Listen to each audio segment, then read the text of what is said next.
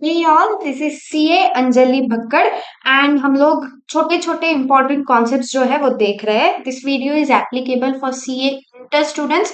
Final वाले भी देख सकते हैं. ठीक है, प्लीज वीडियो को लाइक कर दीजिए ताकि सारे स्टूडेंट्स तक वीडियो पहुंचे एंड सब्सक्राइब द चैनल ताकि तक सारी इंपॉर्टेंट अपडेट्स पहुंच सके. ठीक है, देखते हैं एग्रीगेट टर्नओवर क्या है. ठीक है, aggregate turnover means aggregate value of all taxable supplies, exempt supplies, export of goods or service or both, and interstate supplies of whom of person having same PAN to be computed on all India basis. ठीक है, aggregate turnover में आपका taxable supply, आपका exempt supply, आपका जो export है चाहे goods का है चाहे सर्विस का है चाहे दोनों का है, का इंटर स्टेट सप्लाई, सब कुछ इंक्लूड होता है, सबका जो सम है, और ये ऑल इंडिया बेसिस पे कैलकुलेट होता है.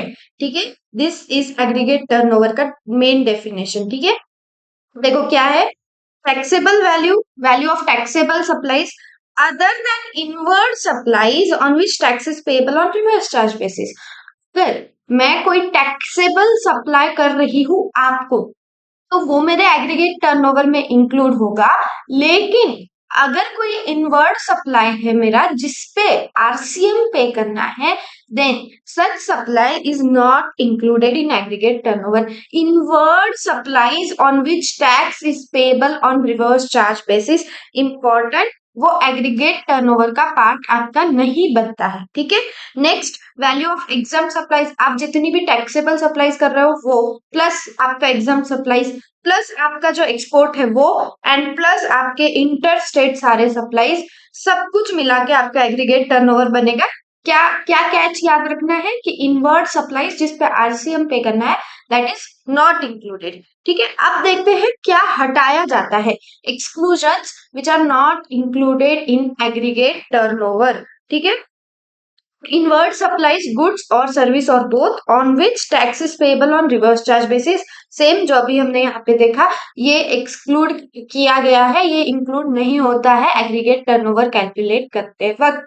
ठीक है, नेक्स्ट, अगर कोई टैक्सेस है या कोई सेस है, कौन सी टैक्सेस, जीएसटी, सेंट्रल है, स्टेट है, यूनियन टेरिटरी टैक्स है या इंटीग्रेटेड टैक्स है, एंड आपका सेस, ये सब इंक्लूड नहीं होता है. ठीक है, this is excluded from aggregate turnover. Next, आपका जो सप्लाईज है गुड्स और सर्विसेज का बाय कैजुअल टैक्सेबल पर्सन, अगर कोई सीटीपी सप्लाई कर रहा है then it is not included in aggregate turnover. कोई भी सप्लाई हो, चाहे गुड्स का है चाहे सर्विसेज का है.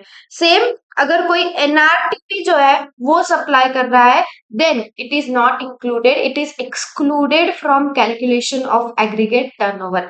ठीक है, next, value of supply of goods और सर्विस और both on which tax is payable under RCM by such recipient. मैं हूं एबी, ठीक है, मैंने जीटीए सर्विसेज दी वीबी को. ठीक है, तो अब यहाँ पे जो वीबी है ये रिसिपिएंट है और ये जो है टैक्स पे करेगा ऑन आरसीएम बेसिस.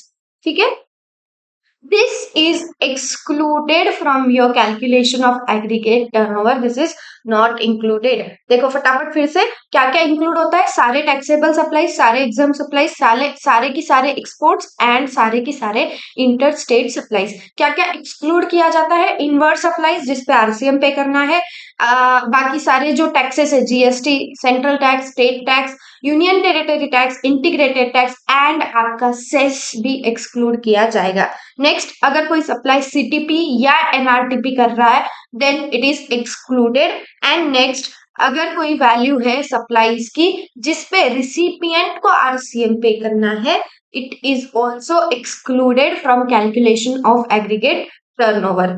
ठीक है, की पॉइंट्स क्या है, it is computed on all India basis. ठीक है, पूरे इंडिया का एग्रीगेट टर्नओवर एक हो निकलेगा आपका, जितने भी स्टेट्स में आपका बिजनेस है सारे इंडिया का मिला के, पूरे स्टेट्स का मिला के एक एग्रीगेट टर्नओवर कैलकुलेट होता है.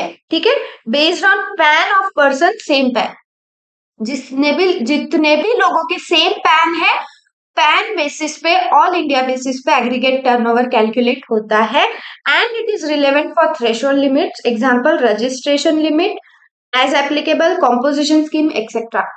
क्यों क्यों जरूरी है एग्रीगेट टर्नओवर कैलकुलेट करना, हम क्यों सीख रहे हैं? आपको रजिस्ट्रेशन जीएसटी में लेना है या नहीं, आपकी जो 20 लाख 10 लाख 40 लाख की लिमिट है वो चेक करने के लिए आपको एग्रीगेट टर्नओवर कैलकुलेट करना पड़ता है। उसके बाद आपका जो कॉम्पोजिशन स्कीम का लिमिट है, आपका 1.5 करोड़ 75 लाख या फिर 50 लाख, तो ये चेक करने के लिए भी एग्रीगेट टर्नओवर कैलकुलेट करना जरूरी है। ठीक है, so this is why aggregate turnover becomes relevant and अगर आप चाहो तो आप इसका स्क्रीनशॉट ले सकते हो। एक मिनट, हाँ, हट जाओ स्क्रीन से ताकि आप, नहीं जरूरी नहीं, ठीक है, स्क्रीनशॉट ले लीजिए, आप यूज कर सकते हो इसे। ठीक है, मिलते हैं अगले छोटे से प्यारे से पॉइंट में, छोटे से प्यारे से कंसेप्ट में। अभी के लिए bye bye and all the best.